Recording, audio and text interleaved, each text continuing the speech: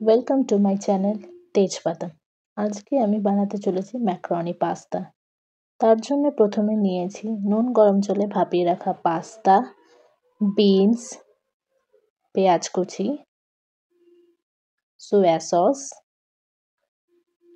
নুন, pasta sauce, গাজর, সমস্ত সবজিগুলো টুকরো করে নিয়েছি। তারপর কড়াই গরম হয়ে গেলে তাতে দিয়ে দিচ্ছি সাদা তেল।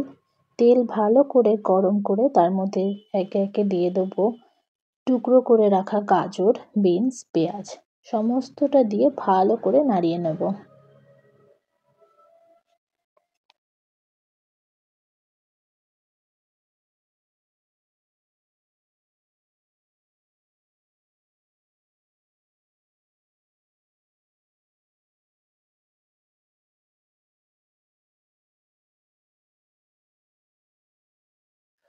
তারপর সবজিগুলো নরম হয়ে গেলে তার মধ্যে দিয়ে দেবো স্বাদ অনুযায়ী নুন,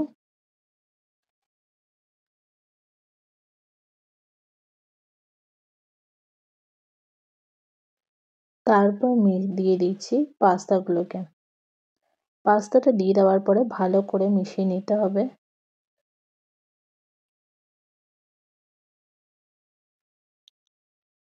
তারপর একটু ঝালের জন্য দিয়ে দিচ্ছি শুকনো লঙ্কার গুঁড়ো, দিচ্ছি সয়া সস আর সব শেষে পাস্তা সস দিয়ে ভালো করে মিশিয়ে নেব।